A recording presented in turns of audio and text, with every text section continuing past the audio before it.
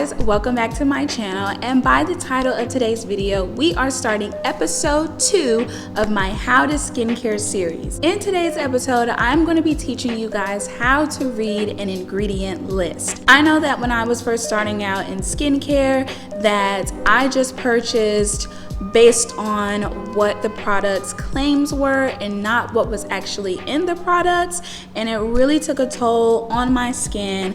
But now that I have used professional and personal experience, I can come to you guys and say, hey, this might say that it's going to hydrate, but based on the ingredients, it's going to dry you out. I don't want to spend too much talking again because this is going to be a very informative video, and let's go ahead and get into the video. We talked about in the first episode, and if you haven't seen that, I will leave it linked down below, how important it is to actually know what your skin type is so that once you go to purchase your products, you can read your ingredient list and see what actually is going to work.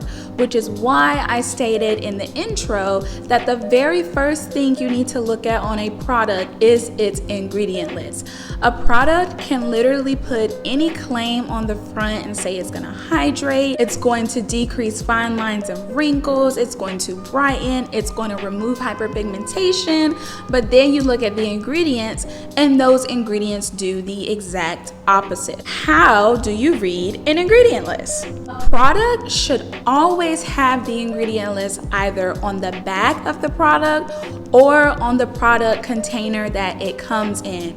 If you pick out a product and it doesn't have on either the packaging or the product itself what the ingredients are, run away.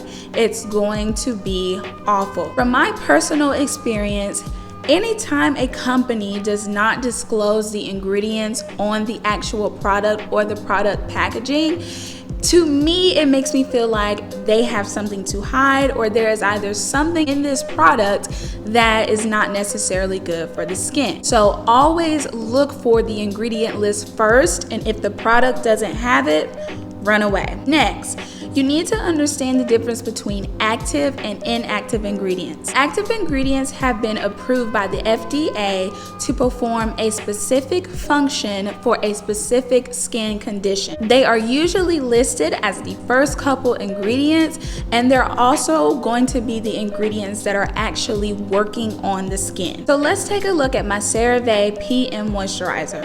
So if you look at the front of the CeraVe Moisturizer, it says, its claims say that it moisturizes throughout the night and helps restore the protective skin barrier with 3 essential ceramides, niacinamide, and hyaluronic acid.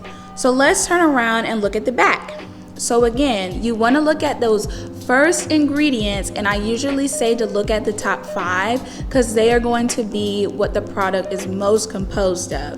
So of course, the first ingredient is going to be water, which a lot of products that are suitable to combination or oily skin are usually going to be water-based. You have glycerin, which just establishes a normal balance in the skin and also adds hydration.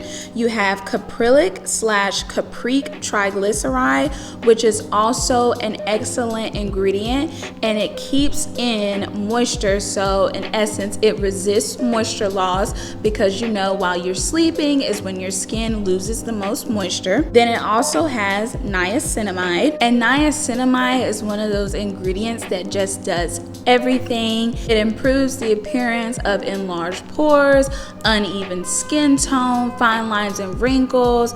I just recommend niacinamide in every single person's skincare routine because for all skin types, it is going to help with any problem or condition that you could potentially have with your skin. And the very last of the top 5 ingredients we have is cetyl alcohol. Now, I don't want you guys to get cetyl alcohol and denatured alcohol mixed up. Cetyl alcohol is what provides a product with its slip, and it's not going to sensitize the skin in any way because it is made up of a fatty combination of alcohols called cetyl and stearyl alcohols.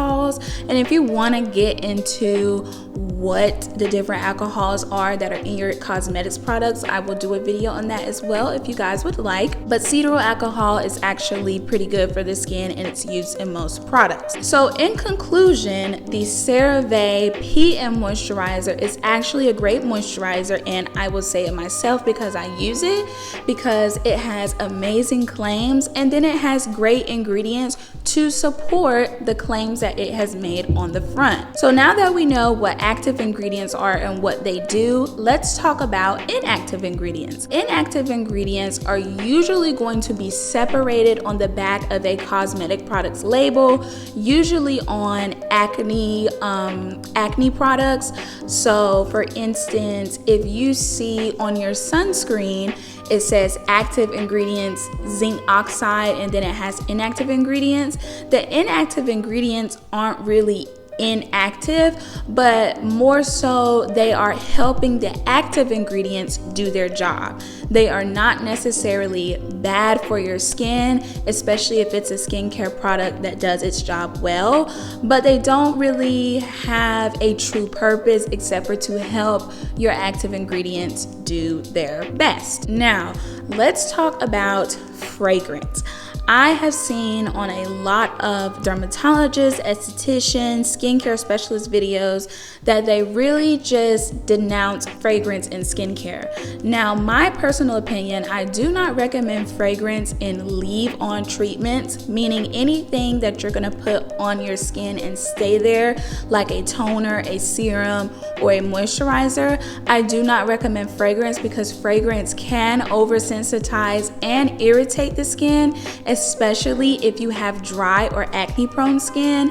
But if you're using a cleanser that has a little bit of fragrance, which is probably going to be closer to the bottom, I'm not so much a stick in the mud about it because you're only going to have it on your face for a few seconds. Now, I don't recommend using fragrance at all just because me as somebody with combination oily skin, I also have very sensitive skin, so a lot of things with fragrance usually break me out, make me itch, or give me some type of rash. And in the US, companies are not required to list exactly how much fragrance is in a product.